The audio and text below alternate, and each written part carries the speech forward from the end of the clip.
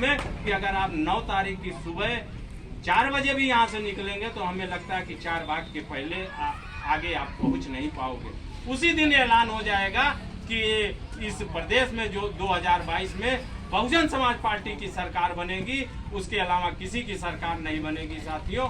इसलिए हमारी आपकी ये जिम्मेदारी है कि इस कार्यक्रम को सफल बनाना है, और सफल बनाने के लिए क्योंकि लगभग 5 महीने का समय चुनाव के लिए बचा हुआ, मार्च में संभवतः चुनाव हो जाएगा, क्योंकि 13 मार्च को सरकार का गठन हुआ था। 13 मार्च को सरकार का कार्यकाल खत्म होगा, उसके पहले चुनाव कराना है इस सरकार को। तो इसलिए अब 4-5 महीने का समय बचा हुआ। हम आप चाहते तो हैं कि आदरणीय बहन जी मुख्यमंत्री बने, लेकिन हमें आपको काम भी जमीन पे करना है। और जब आदरणीय बहन जी मुख्यमंत्री बनेंगी तो जो हमारे कार्यकर्ता हैं, बैकवर्ड समाज के भाई है, सवर्ण समाज के भाई है, गरीब भाई हैं, जो दलित समाज के भाई हैं, जो माइनॉरिटी समाज के भाई, उनके लिए बहन जी काम करती हैं। क्योंकि बहन जी बहुजन समाज पार्टी जो चलती है आप लोगों की बदौलत चलती है। आप लोग जो थोड़ा थोड़ा सहयोग करते हैं उससे बहुजन समाज पार्टी पूरे प्रदेश में अपने काम को करती है। उसी प्रकार आप देखते होंगे कि बीजेपी के लोग चुनाव के पहले पूंजीपतियों का सहयोग लेते हैं, उसी प्रकार सपा के लोग अपराधियों का सहयोग लेते हैं, और बहुजन समाज पार्टी अपने कार्यकर्ताओं का सहयोग लेकर के आगे बढ़ती है। और जब सरकार बनती है तो जो जिससे सहयोग लेता है उसके इशारे पे उसको चलना पड़ता है। आपने देखा होगा कि केंद्र में मोदी जी की सरकार है, यूपी में योगी जी की सरकार। इन लोगों ने चुनाव के पहले पूंजीपतियों से इतना रुपया ले लिया, इतना धन ले लिया, 50-50 हेलीकॉप्टर चलते थे, वो केवल पूंजीपतियों के पैसे से चलते थे। आप जब पेपर खोलते थे तो आप देखते रहे होंगे कि बड़े बड़े ऐड, 7 पन्ने में ऐड केवल बीजेपी का होता, तो वो पैसा कहाँ से आता था? भाई मोदी जी कोई बड़े घर के तो थे नहीं, बताते हैं कि हम चाय बेचने वाले हैं, पैसा कहाँ से आया? साथ एक ऐड का 1.5 लाख रुपए एक पन्ने का लगता है। आप बताइए 7 पन्ने का ऐड है तो 10 लाख रुपए तो एक पेपर के ऐड का हो। अब आप बताइए कि ये पैसा कहाँ से आता था? ये पैसा पूंजीपतियों से आता था। और जब इनकी सरकार बनी तो इन्हीं पूंजीपतियों के गोद में जाकर के बैठ गए, उनके इशारे पर इस देश की जो नीतियां बनती हैं उस नीतियों को बनाने का काम किया। और किसानों को आप देख रहे होंगे किसानों की हालत क्या है।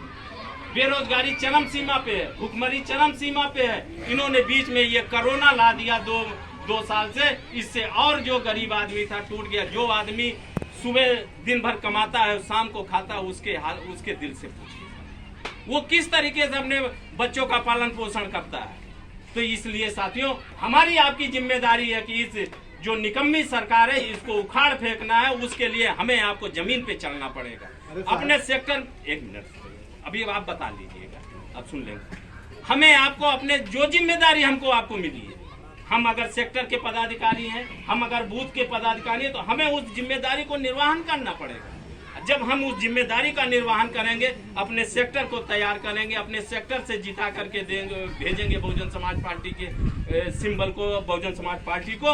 उसी प्रकार जब हमारे सब सेक्टर के लोग जिता करके भेजेंगे, जो हमारे सेक्टर के अध्यक्ष हैं, तो मिल्कीपुर से कोई ताकत ऐसी नहीं है कि जो रोक सके कि बहुजन समाज पार्टी का विधायक ना हो। इसलिए कार्यकर्ताओं की ये जिम्मेदारी है। और ये जो 9 तारीख का कार्यक्रम है, इसको बहन जी ने भी कहा है, हम लोगों को बुलाई भी थी, वहाँ भी कहा कि कार्यकर्ता अपने बदौलत गाड़ी और खाने पीने की व्यवस्था कर करके यहाँ आएंगे। तो ये तो भाई लोग हैं कि जो हम लोगों का सहयोग कर रहे हैं, इनका बड़प्पन है। इसके लिए इन सभी तीनों साथियों को हम हार्दिक दिल से धन्यवाद देते हैं। और साथियों आप लोग आज से ही लग जाइए, 1 हफ्ते का समय है, देखिए अपने क्षेत्रों में जाइए, लोगों से सहयोग मांगिए, लोगों से कहिए कि भैया एक दिन हमको लखनऊ जाना है, आदरणीय बहन जी हम लोगों को बुलाई हैं, आप हमारा सहयोग करो, 1 आध गाड़ी की व्यवस्था करा दो। ऐसा नहीं है कि आप अगर चलोगे तो नहीं होगा, आपको चलना पड़ेगा।